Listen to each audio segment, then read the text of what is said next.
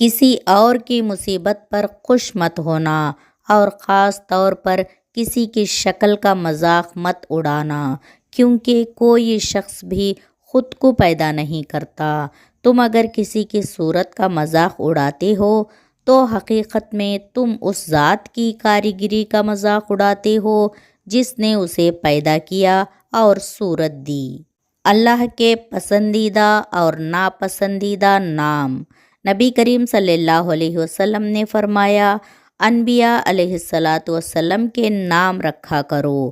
اللہ تعالیٰ کے نزدیک محبوب و پسندیدہ نام عبداللہ اور عبد الرحمن ہیں، اور سب سے سچے نام حارث و حمام ہیں، اور سب سے ناپسندیدہ و قبیح نام حرب و مرح ہیں۔ میرے اوپر یہ بات کھل گئی ہے کہ زندگی میں سب سے فضیلت والی چیز سچ ہے، اور بعض اوقات اگرچہ جھوٹ تمہیں خلاصی دے لیکن بالآخر جھوٹ پکڑا ہی جاتا ہے۔ آپ صلی اللہ علیہ وسلم نے فرمایا، خدا کی قسم، آدمی کا اپنے بچوں کو ادب سکھانا یہ غلہ صدقہ کرنے سے بہتر ہے۔ آپ صلی اللہ علیہ وسلم نے فرمایا، غیر کنواری عورت کا نکاح نہ کیا جائے جب تک اس سے پوچھ نہ لیا جائے، اور نہ ہی کنواری عورت کا نکاح بغیر اس کی اجازت کے کیا جائے۔ لوگوں نے عرض کی، اللہ کے رسول صلی اللہ علیہ وسلم، اس کی اجازت کیا ہے؟ آپ صلی اللہ علیہ وسلم نے فرمایا، اس کی اجازت یہ ہے کہ وہ خاموش رہے، یعنی وہ اس نکاح سے انکار نہ کرے۔ عورتوں میں اچھی عورت کون سی ہے؟ آپ صلی اللہ علیہ وسلم نے فرمایا، وہ عورت جو اپنے شوہر کو جب وہ اسے دیکھے خوش کر دے، جب وہ کسی کام کا اسے حکم دے تو اسے بجا لائے، اپنی ذات اور اپنے مال کے سلسلے میں شوہر کی مخالفت نہ کرے کہ اسے برا لگے۔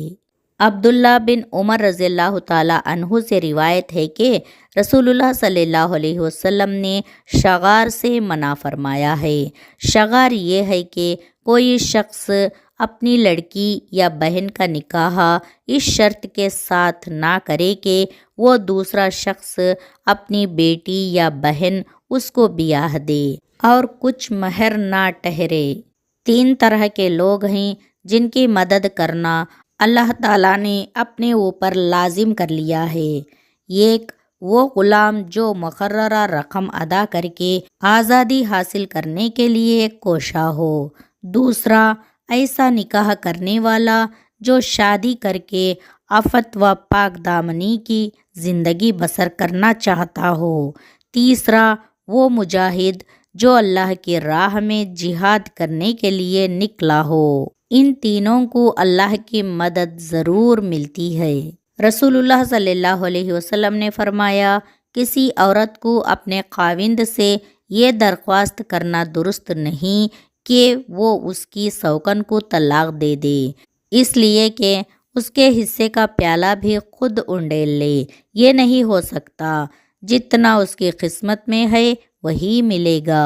آپ صلی اللہ علیہ وسلم نے فرمایا، نوجوانوں کی جماعت، تم میں سے جسے بھی نکاح کرنے کے لیے مالی طاقت ہو اسے نکاح کر لینا چاہیے، کیونکہ یہ نظر کو نیچی رکھنے والا اور شرمگاہ کی حفاظت کرنے والا عمل ہے، اور جو کوئی نکاح کی طاقت نہ رکھتا ہو اسے چاہیے کہ روزہ رکھے، کیونکہ روزہ اس کی خواہشات نفسانی کو توڑ دے گا۔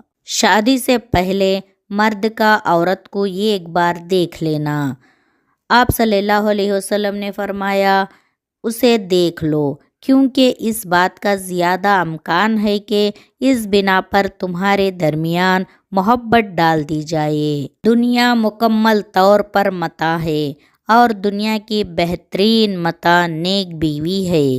آپ صلی اللہ علیہ وسلم نے فرمایا، عورت سے 4 چیزوں، اس کے مال، اس کے حسب و نسب، اس کے حسن و جمال اور اس کے دین کی وجہ سے نکاح کیا جاتا ہے۔ تیرے ہاتھ خاک آلود ہو تم دیندار کے ساتھ نکاح کر کے کامیابی حاصل کرو۔